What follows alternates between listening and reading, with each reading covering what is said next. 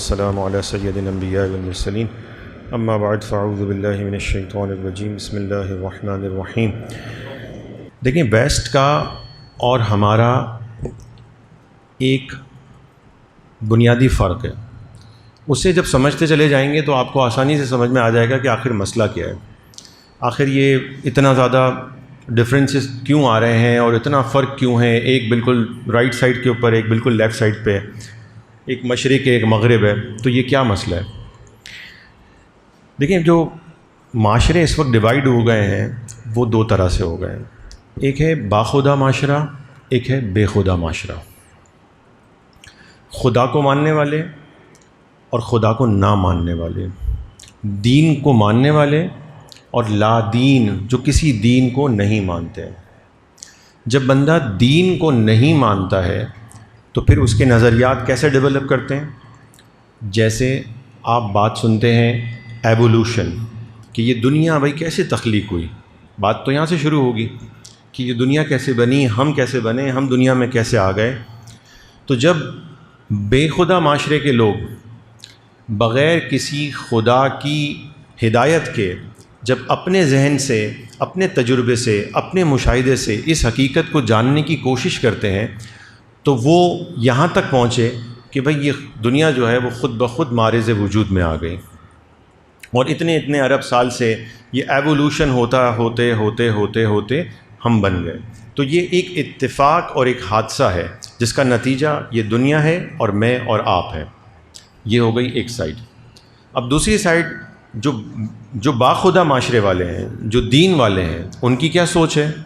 ان کی یہ سوچ ہے، ان کا یہ ورلڈ ویو ہے، وہ یہ سمجھتے ہیں، ان کا عقیدہ ایمان یہ ہے کہ اللہ تبارک و تعالی نے دنیا کو تخلیق فرمایا ہے، دنیا کی تمام چیزوں کا خالق اور مالک اللہ ہے، اور اللہ تبارک و تعالی نے انسان کو پیدا فرمایا ہے، آدم علیہ السلام اور حوا علیہ السلام، ان دونوں کے ذریعے سے یہ دنیا جو ہے پھر معرض وجود میں آئی ہے۔ تو اس کا مطلب یہ ہے کہ ایک بنیادی فرق آپ کو پتہ چل گیا کہ جو انسان دنیا کی تخلیق ہے اس کے دو بالکل مختلف زاویے ہیں۔ جو ویسٹ والے لوگ ہیں وہ یہ سوچتے ہیں کہ بھائی یہ دنیا تو خود بخود پیدا ہو گئی ہے، اس کا کوئی مقصد نہیں ہے، یہ اتفاق ہے، ایک حادثہ ہے۔ اور یہاں پر جو دین والے ہیں، جو باخدا معاشرے والے ہیں، وہ یہ سمجھتے ہیں، ایمان رکھتے ہیں کہ یہ دنیا ایک عظیم مقصد کے لیے، ایک عظیم اللہ تبارک و تعالیٰ کی ذات نے تخلیق فرمائی ہے، اور انسانوں کی زندگی کے مقاصد بھی لوگوں کو بتا دیے ہیں۔ پہلا فرق آ گیا۔ اب دوسرا فرق دیکھیں کہ بھائی کیا وجہ ہے کہ یہ جتنی بات کی ابھی حافظ احمد صاحب نے کہ بھائی فیملی کے سسٹم کے خلاف ہیں اور وہ فیملی سسٹم تباہ ہو رہا ہے، تو یہاں پر بھی بالکل واضح اور صاف ستھرا فرق یہ ہے کہ باخدا معاشرے والوں کی سوچ بے خدا معاشرے والوں سے بالکل مختلف ہے، بالکل اپوزٹ ہے۔ جو بے خدا معاشرے والے لوگ ہیں، جب وہ یہ مانتے ہی نہیں ہیں کہ کوئی اس دنیا کا خالق ہے، جب وہ یہ مانتے ہی نہیں ہیں کہ وہ اس دنیا میں امتحان کے لیے آئے ہیں، جب وہ یہ مانتے ہی نہیں ہیں کہ ہمیں جواب دہی دینی ہے آخرت میں جا کر، تو پھر ان کے لیے کیا ہے؟ یہ دنیا ہی سب کچھ ہے، یہ دنیا ہی سب کچھ ہے، یہیں پہ جو کچھ کرنا ہے وہ یہیں کرنا ہے۔ تو ان کی جد و جہد یہ ہے کہ ہم جتنا ہو سکتا ہے اس دنیا کے اندر اپنے وقت کو اچھا گزار لیں، اس سے مستفید ہو لیں، اس سے فائدہ اٹھا لیں، جتنا انجوائے کر سکتے ہیں ہم انجوائے کر لیں، جتنا ہم اچھی طرح جی سکتے ہیں وہ جی لیں۔ اور دوسری سائڈ جو باخدا معاشرے والوں کی ہے، جو آپ کی اور میری سوچ ہے، ہمارا ورلڈ ویو یہ ہے کہ ہم اس دنیا میں امتحان کے لیے آئے ہیں اور آخرت میں ہم جواب دیں ہیں اور ہمیں وہاں پہ جا کر حساب دینا ہے۔ تو یہ دنیا مختصر ہے، اور وہ کیا سمجھتے ہیں کہ بس یہی دنیا کی زندگی ہے۔ یہ بہت بڑا فرق ہے، اپوزٹ ہے دونوں سائڈ۔ تو اب ایسی صورت میں ان کا رویہ، ان کا بیہیویئر کیا بنے گا؟ ان کا بیہیویئر بالکل سادہ ہے کہ وہ یہاں پر اپنی ہر خواہش نفس کو پورا کرنا چاہتے ہیں، وہ یہاں پر اپنی تمام اندرونی کیفیات، انر موسٹ فیلنگز ہیں، ان کا اظہار کرنا چاہتے ہیں۔ وہ کسی چیز کے پابند نہیں اپنے آپ کو سمجھتے، کیونکہ وہ خدا کے پابند نہیں سمجھتے، دین کا پابند نہیں سمجھتے اپنے آپ کو۔ تو ایسی صورتحال میں اب وہ کیا کریں گے؟ تو انسان کی جو انر موسٹ فیلنگز ہیں، ان فیلنگز میں اور جو خواہشات نفسانی ہے اس میں کیا کیا چیزیں شامل ہیں؟ اس میں سارے انسان برابر ہیں، سارے انسان مساوی ہیں، چاہے وہ مسلمان ہو، چاہے وہ نان مسلمز ہوں، چاہے وہ امریکہ میں رہنے والا ہو، افریقہ میں رہنے والا ہو، چائنا میں رہنے والا ہو۔ میں نے تو بہت دنیا کے ممالک اور بر اعظم دیکھے، اور وہاں جا کر مجھے یہی نظر آیا کہ سارے کے سارے لوگ جو ہیں وہ ایک ہی تگ و دو میں لگے ہوئے ہیں، اور سب کی ایک ہی جستجو ہے۔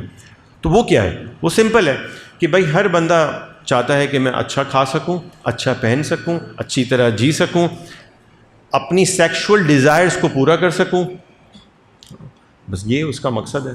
اب جو سیکشول ڈیزائرز ہیں وہ اتنی امپورٹنس کیوں لے گئیں؟ ٹھیک ہے، وہ اتنی زیادہ امپورٹنس کیوں لے جاتی ہیں؟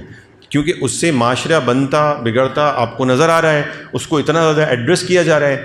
ایک سائڈ پہ نہیں، پہلے تو یہ تھا کہ یار یہ مولوی ہر وقت یہ بات کرتے رہتے ہیں، ان کو کیا مسئلہ ہے، ان کو ہر چیز میں جو ہے نا وہ فحاشی نظر آتی ہے، ان کو ہر چیز میں برہنگی نظر آتی ہوتی ہے، ہر چیز کو یہ بے حیائی کہہ دیتے ہیں۔ اب تو دوسری سائڈ پہ اتنا بڑا مسئلہ ہو گیا کہ جو مولوی انقلاب برپا نہیں کر سکے، اب دوسری سائڈ نے تو اس سے بہت اوپر کا انقلاب برپا کر دیا۔ اب وہاں کی جو پریزیڈنٹس ہیں، وہاں کے جو پولیٹیشنز ہیں، وہاں کی جو پوری سپر پاورز ہیں، ان کی پوری توجہ جو ہے وہ ایک سیکشول ریولوشن پہ لگ گئی۔ تو آخر یہ سیکس اتنی زیادہ امپورٹنس کیوں ہے؟ اس کی کیا اتنی زیادہ امپورٹنس آ گئی ہے؟ تو یہ ہے امپورٹنٹ۔ کیسے امپورٹنٹ ہے کہ آپ جب علماء سے سنتے ہیں اور دنیا کے اندر جو اللہ تبارک و تعالیٰ نے جو بندے کو جو ڈیزائرز دی ہیں، جو خواہشات دی ہیں، اس میں سے سیکس کی ڈیزائر جو ہے نا وہ بہت ہیوی ڈیزائر ہے، بہت بھاری خواہش ہوتی ہے، اور وہ خواہش جو ہوتی ہے وہ تمام باقی خواہشات جو ہے نا وہ اس کے اوپر حاوی ہوتی ہے ایک سرٹن ایج آف گروپ کے اندر۔ اور اس میں جو ہے اس کو یہاں تک بھی بیان کیا کہ جنت کی لذتوں میں سے ایک لذت ہوتی ہے، ٹھیک ہے؟ تو جب اتنی ہائیلی ڈیمانڈڈ ہوتی ہے اور اتنی زیادہ ہائیلی ہوتی ہے، مطلب انسان کی خواہش اتنی غالب ہوتی ہے، تو اس خواہش کو جو ہے وہ پورا کرنا، وہ سائڈ ہے جو بے دین ہے، جو بے خدا ہے، وہ پورا کرنا چاہتی ہے۔ جب وہ پورا کرنے چاہتے ہیں تو انہیں کچھ چیزیں روک رہی ہوتی ہیں۔ وہ کون روک رہا ہوتا ہے؟ انہیں جو ہے وہ مذہب کی پابندیاں روک رہی ہوتی ہیں، انہیں معاشروں کے اندر قائم جو قوانین ہوتے ہیں وہ پابندیاں روک رہی ہوتی ہیں۔ پھر انہیں جو سب سے امپورٹنٹ ایک چیز آتی ہے وہ خاندانی جو تہذیب ہے، جو خاندانی رسم و رواج ہیں، جو خاندان ہے، وہ روک رہا ہوتا ہے نا؟ یہ صدیوں سے یہی چلا آ رہا ہے۔ تو اس وقت جو ہے اس بڑی تعداد میں ایسے لوگ آ چکے ہیں، بن چکے ہیں کہ جو بے خدا ہے، جو ایتھسٹ ہیں۔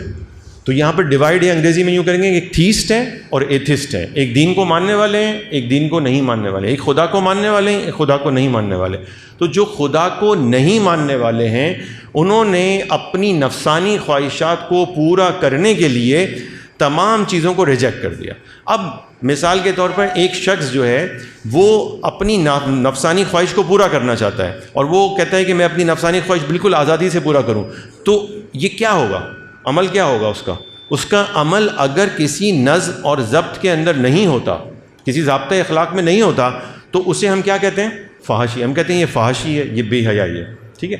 تو فحاشی اور بے حیائی خود بخود جنریٹ ہوگی، خود بخود پیدا ہوگی اس وقت جب بندہ اپنی نفسانی خواہش کو بے لگام طریقے سے پورا کرنا چاہے گا، اور وہ ہو رہی ہے۔ تو جو ویسٹ ہے، جو امریکہ ہے، جو پوری دنیا ہے، اور جو یہاں مسلمان ہم بھی، ہمارا بھی ذہن یہ بنتا چلا جا رہا ہے۔ اب یہاں پر فرق نہیں رہا۔ پہلے بڑی پہچان آسان تھی کہ جان ہے، اینتھنی ہے تو کہتے تھے کرسچن ہے، ہم کہتے تھے اشوک کمار ہے، رام ہے تو ہم کہتے تھے ہندو ہے۔ لیکن اب یہ فرق ختم ہو گیا ہے۔ اب مسلمان بھی، چاہے وہ احمد ہو، چاہے وہ شعیب ہو، چاہے وہ مصطفیٰ ہو، نام کتنے پیارے پیارے، لیکن وہ ایتھسٹ ہوتا ہے، وہ اپنی خواہش نفس کو اپنا خدا بنانے والا ہوتا ہے۔ تو بالکل جو ہے نا ایلوژن ہے، ایک بلر سی پوزیشن ہو گئی ہے۔ تو یہاں پر بھی بہت بڑی تعداد میں ہم لاشعوری طور پر ہماری جنریشن بنتی چلی جا رہی ہے خواہش نفسانی کی پیروکار۔ اب ایسی صورتحال میں کیا ہو رہا ہے؟ ایسی صورتحال کے اندر وہ آئیڈیاز پیدا ہو رہے ہیں۔ اب ان کا آئیڈیا کیا ہے؟ ان کا آئیڈیا یہ ہے کہ انسان آزاد پیدا ہوا ہے، وہ کسی کا بھی پابند نہیں ہے، وہ فری ہے، اور ہر انسان برابر ہے، آزاد ہے، فری ہے۔ اس سے کیا مطلب ہے؟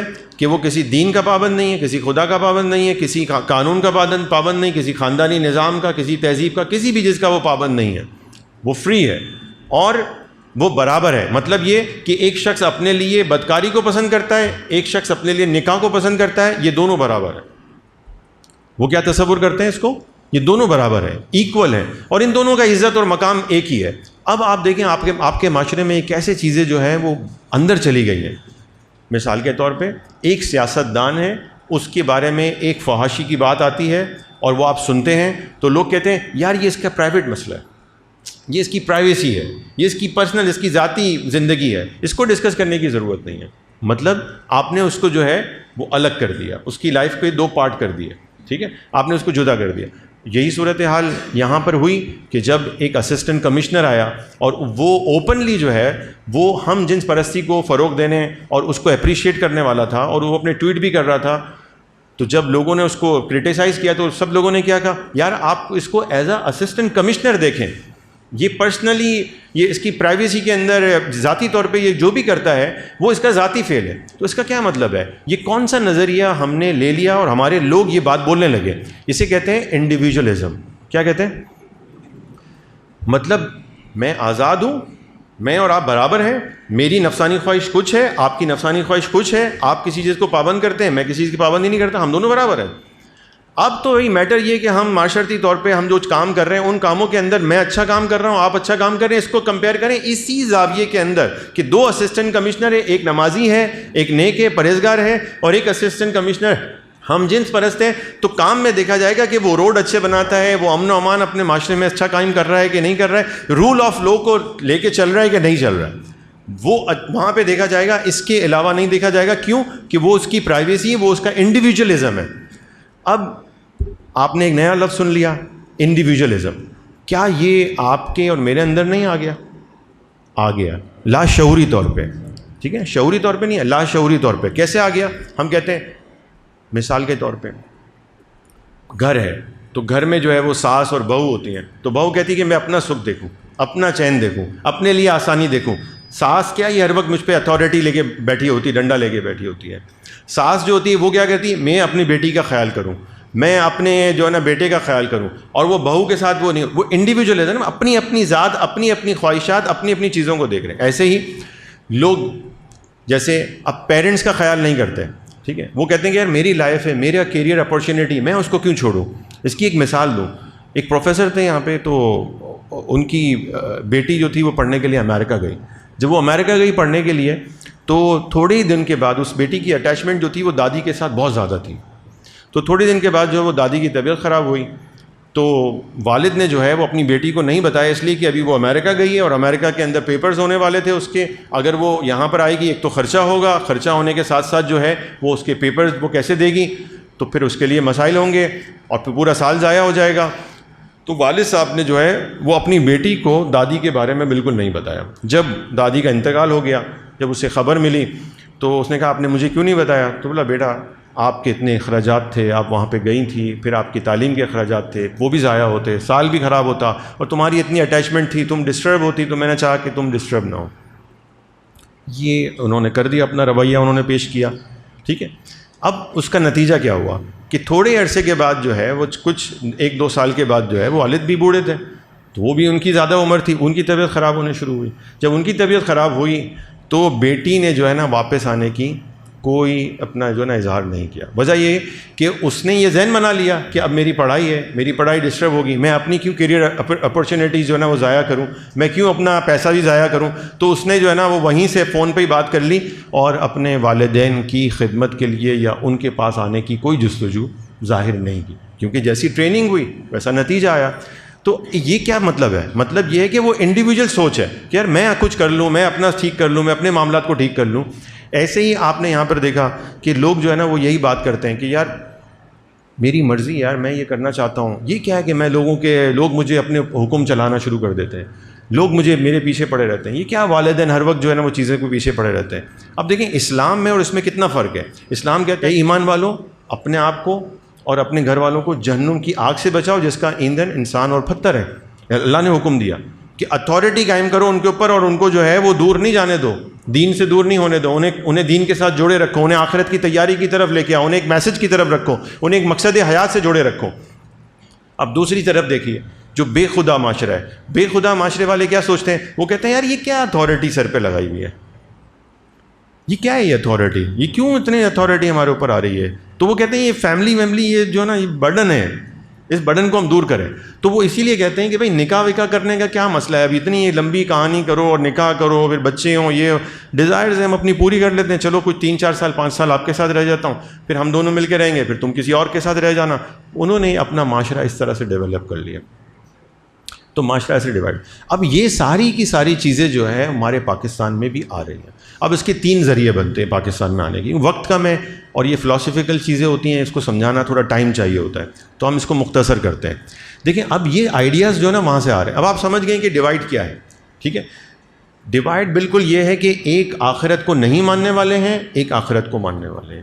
ایک کہتے ہیں کہ نفس امارہ ہوتا ہے, مطلب ایک برا نفس ہوتا ہے, خواہشات نفسانی ہوتی ہیں, بری ہوتی ہیں. وہ دوسرا ہے ہر خواہش نفس اچھی ہوتی ہے, اسے پورا کرنا چاہیے, کوئی اس میں رکاوٹ ڈالنے کی ضرورت نہیں ہے. بالکل بہت بڑا فرق ہے, ٹھیک ہے. تو آپ اور میں کون ہیں؟ ہم یہ سمجھتے ہیں دنیا مختصر ہے, ہم امتحان کے لیے آئے ہیں اور ہمیں اپنی نفسانی خواہشات پر اور شیطان سے جو ہے وہ جنگ کرنی ہے, اور ہمیں جو ہے یہاں سے کامیاب ہو کر اللہ کے سامنے جانا ہے, وہاں ہم جواب دیں ہیں, وہاں پہ حساب کتاب ہے. بہت بڑا فرق ہے. اب ہو کیا رہے کہ یہ جو آئیڈیاز ہیں وہ آ کیسے رہے ہیں, اس کے 3 ذریعے ہیں. جو لوگ وہاں سے آئیڈیاز لے کے آ رہے ہیں وہ تو یہاں نہیں بیٹھے ہوئے, یہاں پھر کون لوگ بیٹھے ہوئے؟ تو ہمارے جیسے لوگ بیٹھے ہوئے, ہم ہی ہیں سب. اب وہ کیا کر رہے ہیں؟ اب وہ یہ کر رہے ہیں کہ وہ اپنی ٹیکنالوجی, اپنی سیاسی برتری, اپنی پولیٹیکل ڈومیننس جو ان کی ہے, جو ہیجیمنی ہے, جو ان کی لا کی ہے, جو ان کی ایجوکیشن کی ہے, اس کے ذریعے ہمارے لوگوں کو جو ہے وہ مروب کر لیتے ہیں. مروب ہو چکے ہیں ہم سب, کیونکہ وہ دنیاوی طور پر جو ہے وہ بہت آگے ہیں, بہت چیزوں میں, ٹیکنالوجی میں, سائنس میں, ہر چیز میں آگے ہیں. تو وہ اس کی وجہ سے مروب ہے. اب مروب ہونے کی وجہ سے جب وہ وہاں پڑھنے کے لیے جاتے ہیں, یا ان کے جو سسٹم ڈیزائن کیے ہوئے ہیں, جو ہمارے ایجوکیشن سسٹم ہے, وہ پورا کا پورا انہی کا ویسٹ کا ڈیزائن کیا ہوا ہے. جب وہ اس میں پڑھتے ہیں تو پڑھنے کے بعد وہ اپنی ایک چیز کھو دیتے ہیں. کیا کھو دیتے ہیں؟ اسکول, کالج, یونیورسٹی جانے کے بعد ہمارے جو اسٹوڈنٹ ہیں وہ کیا کھو لیتے ہیں؟ ماسز میں جو بات ہے, اپنی آئیڈینٹی کھو دیتے ہیں, ٹھیک ہے. اپنی پہچان کو وہ بلا دیتے ہیں. مجھے ایک اسٹوڈنٹ نے کہا کہ آپ اتنے زیادہ جو ہے نا وہ اسکول, کالج, یونیورسٹی کی بات کرتے ہیں, وہاں پر تو کوئی ایتھیزم نہیں پڑھاتے, وہاں پہ تو کوئی ماڈرنزم نہیں پڑھاتے, وہاں پہ تو کوئی غیر اسلامی چیز نہیں پڑھا رہے ہوتے. تو میں نے ان سے یہ کہا کہ اچھا تم ایک تھوڑا سا سوچو, اپنی کلاس کے تمام نوجوانوں کو اپنے ذہن میں لے کے آؤ, اور پھر ان سے ایک سوال میں تمہیں کرتا ہوں, وہ ان سے پوچھ لو. تو کہنے لگے کیا؟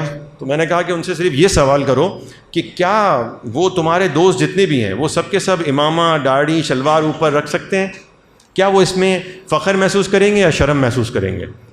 تو وہ نوجوان نے کہا کہ وہ شرم محسوس کریں گے. تو میں نے کہا اس کا مطلب کیا ہے کہ وہ آپ کی آئیڈینٹی آپ سے چھین چکے ہیں. آپ کی شناخت جو آپ کے لیے قابل فخر تھی, جو آپ کہتے ہیں کہ رسول اللہ کے لیے غلامی رسول میں موت بھی قبول ہے, ٹھیک ہے, لیکن رسول اللہ کے طریقے پر شرم آ رہا ہے آپ کو جب عمل کرتے ہوئے, تو اس کا مطلب یہ ہے کہ آپ اپنی تہذیب, اپنی آئیڈینٹی سے ڈی اٹیچ ہو چکے ہیں, ٹھیک ہے. تو ڈی کنسٹرکشن کا جو لفظ ہے نا اس کو سمجھیں.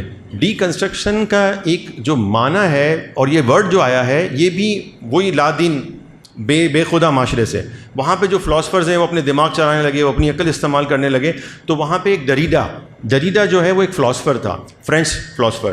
وہ 1960 اور 70 کے اندر جو ہے وہ اس نے ایک نظریہ پیش کیا, اور اس کا نظریہ یہ تھا کہ کوئی بھی ٹیکسٹ, کوئی بھی اسکرپچر, کوئی بھی ٹیکسٹ ہم جب پڑھتے ہیں تو اس کے کوئی خاص معنی نہیں ہوتے ہیں, بلکہ ہر شخص اس سے اپنی میننگز لے سکتا ہے. اور پھر صرف میننگ کی حد تک بات نہیں ہے کہ اس کے بائنری میننگز نہیں ہوں گے. بائنری کا کیا مطلب ہوتا ہے کہ مطلب جوڑا, جس کی مطلب کیا کہ بھائی یہ کرنا چاہیے, یہ نہیں کرنا چاہیے, یہ ہے, یہ نہیں ہے, یہ 2 اپوزٹس ہوتے ہیں نا, یہ بائنری بھی نہیں ہوتے. تو پھر وہ کیا ہے, وہ بولتے ہیں وہ بہت سارے ہو سکتے ہیں. میں نے بہت مختصر کر کے آپ کو اس کو بیان کیا. اس آئیڈیا کو وہ تو فلاسفر نے بیان کیا تھا, لیکن وہ ڈراموں کے ذریعے, باتوں کے ذریعے, ٹاک شوز کے ذریعے, ایجوکیشن کے ذریعے, کلچر کے ذریعے وہ ہمارے ذہن میں بھی آ گیا. اور ہمارے پاکستان میں بھی اب ایسے بہت سارے لوگ, بلکہ ہم نے تو یہاں پہ اپنے بچوں کو خود پڑھا دیا, ٹھیک ہے. ہمارے یہاں وومن اسٹڈیز پڑھایا جاتا ہے, جینڈر اسٹڈیز پڑھایا جاتا ہے, اور اس میں یہ آئیڈیا پڑھا دیا ہم نے, اور ہماری حکومت نے اپنی سرپرستی میں پڑھایا, جس کی ذمہ داری یہ تھی کہ وہ اسلامی معاشرہ قائم کرے. حکومت نے اس کا بالکل اپوزٹ قائم کیا, اور ہزاروں بچوں نے یہ پڑھ لیا کہ جینڈر جو ہوتی ہے, انسان کی جو جو صنف ہوتی ہے، جنس ہوتی ہے، وہ اپنی مرضی سے انسان بنا سکتا ہے، وہ کوئی خدا کی طرف سے یا بایولوجیکلی جو ہے نا وہ پروون نہیں ہوتی ہے. ٹھیک ہے، یہ آئیڈیا ہم نے لے لیا. تو ایک تیسری بات آ گئی، اس میں ایک بڑا خطرناک آئیڈیا آ گیا کوئر کا. کوئر کا مطلب یہ ہوتا ہے کہ اسے نہیں پتا کہ وہ کیا ہے، وہ یہ ڈفرینٹ ہے، وہ مرد بھی ہے، وہ عورت بھی، وہ جو ہے نا وہ سیکشولی جینڈر فلوئڈ بھی ہے، کہ وہ کبھی کچھ بن جاتا ہے کبھی کچھ بن جاتا ہے. یہ سارے آئیڈیاز ہماری یونیورسٹیز میں پڑھائے جاتے ہیں، اس پہ BS اور MS ہوتا ہے. ٹھیک ہے، جب آپ یہ سب تیار کر رہے ہیں تو نتیجہ کیا نکلا؟ نتیجہ یہ نکلا کہ 3 چیزوں کو جو ہے نا وہ ٹارگٹ کیا ان لوگوں نے. پہلا ہے قوانین کو، لاز کو، کیونکہ یہ کتنے لوگ ہیں بھائی، 1000-2000 لوگ ہوں گے جو قوانین مرتب کرتے ہیں. ججز ہوتے ہیں بھائی، 3 طرح سے آپ کے قوانین بنتے ہیں. ایک اسمبلی کے اندر بنتا ہے، سینٹ ہو گیا، قومی اسمبلی ہو گیا، چھوٹی صوبائی اسمبلیاں ہو گئی. پھر اس کے بعد جو منسٹریز ہوتی ہیں اور اس کے اندر جو سیکرٹریز بیٹھے ہوتے ہیں وہ قانون کو بناتے ہیں، رولز بناتے ہیں. اور تیسرا جو ہوتا ہے وہ ججز ہوتے ہیں کہ جو اپنے جب ججمنٹ دیتے ہیں وہ ججمنٹ جو ہوتی ہے پریزیڈنٹ بن جاتی ہیں اور ان سے ان کو نظیر بنا کر جو ہے آگے فیصلے کیے جاتے ہیں. تو انہوں نے جو ہے وہ پہلے قانون کو دیکھا، قوانین کو وہ سیکولرائز کر رہے ہیں. سیکولرائز کا کیا مطلب ہے کہ اس سے دین کو نکال رہے ہیں. اب اس میں دین جتنا بھی ہے نا اس کو نکالتے جا رہے ہیں.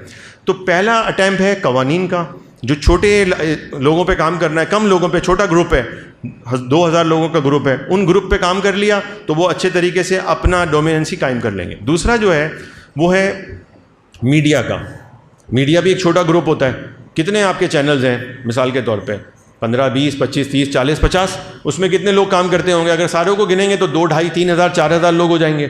جو انفلوئنسر ہے وہ 4000 لوگوں کے اوپر انہوں نے ٹائم لگانا ہے، اس پہ پیسہ لگانا ہے، ان پہ محنت کرنی ہے، ان کے مائنڈس کو چینج کرنا ہے، انہیں باہر لے جا کے پڑھانا ہے، انہیں اپنی آئیڈیالوجی دینی ہے، اپنا ورلڈ ویو دینا ہے. وہ اگر ان کے پاس آ گیا تو اس کا مطلب یہ کہ پوری قوم کو وہ وہاں سے میسیجز آنا شروع ہو جائیں گے، اور وہ آ رہے ہیں، آپ لوگ نوٹ کر رہے ہیں.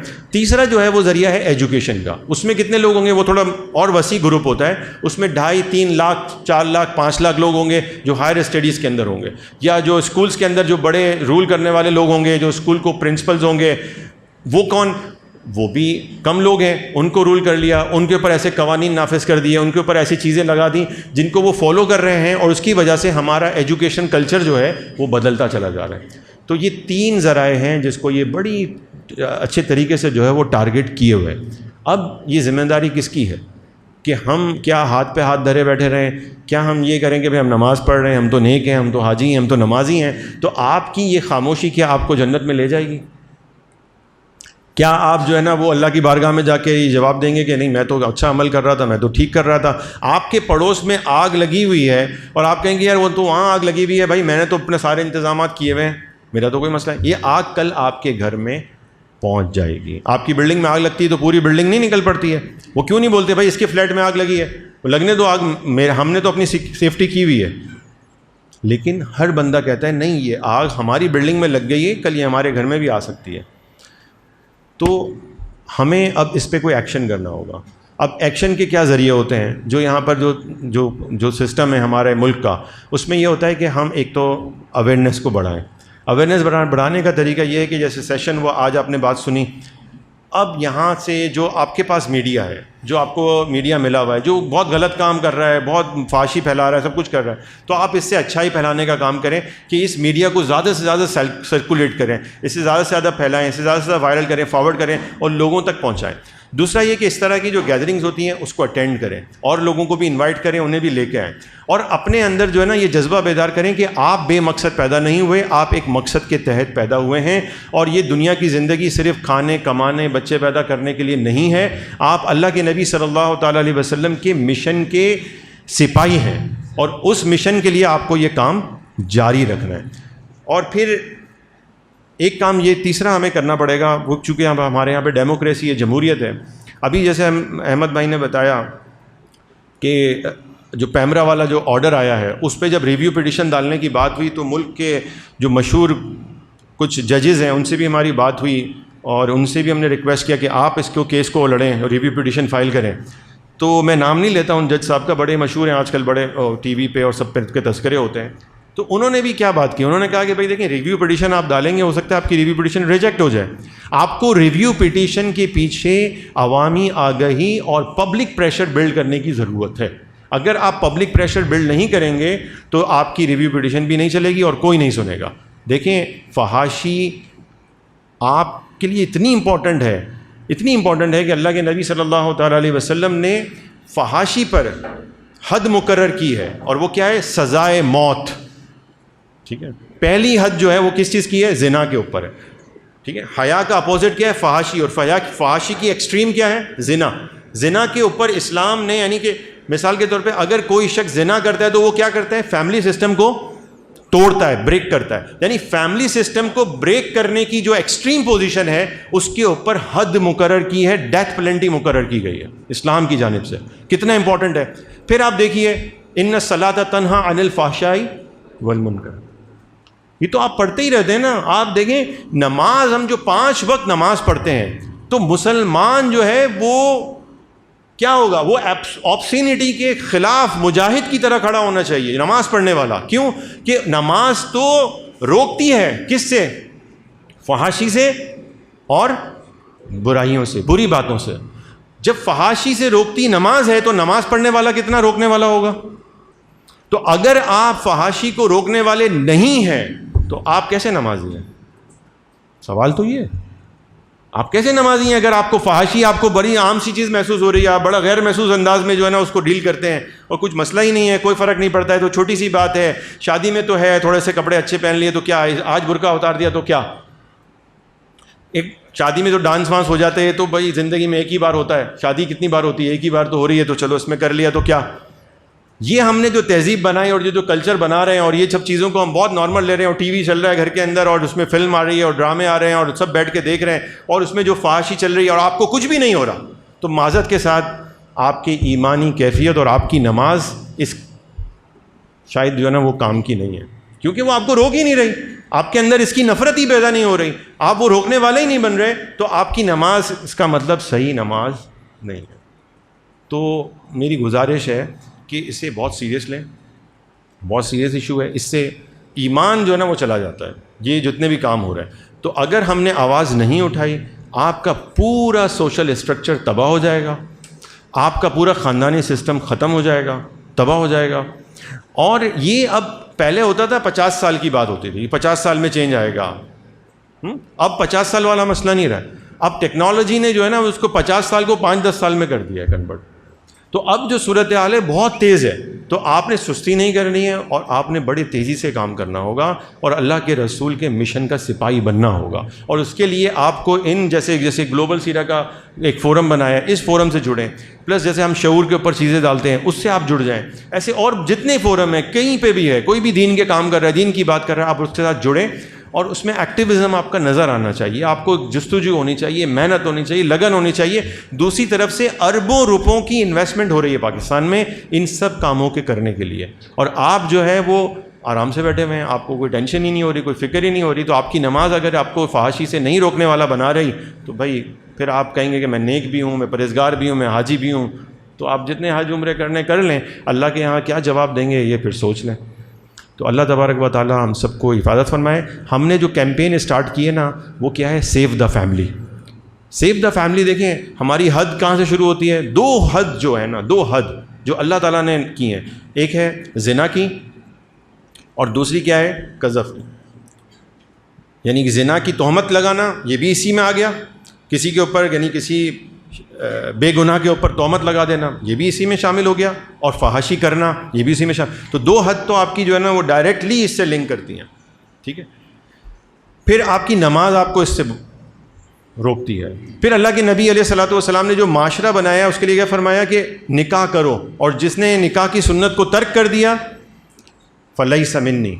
یہ کتنا بڑا، یعنی کہ کتنا بڑا جملہ ہے، کتنا بڑا جملہ ہے، کوئی معمولی بات نہیں ہے کہ میں جب کسی سے ناراض ہو جاؤں تو میں کہوں میرا تجھ سے کوئی تعلق نہیں ہے. کتنی بڑی بات ہو گئی. اللہ کے نبی صلی اللہ تعالی علیہ وسلم جن سے ہم اتنی محبت کرتے ہیں، اگر وہ خدا نہ خواستہ قیامت کے دن کہہ دیں کہ مجھ سے تمہارا کوئی تعلق نہیں ہے، فلیس منی، تو ہم کہاں جائیں گے؟ کس کو منہ دکھائیں گے؟ کس کی شفاعت لیں گے؟ تو اللہ تعالی ہم سب کی حفاظت فرمائے.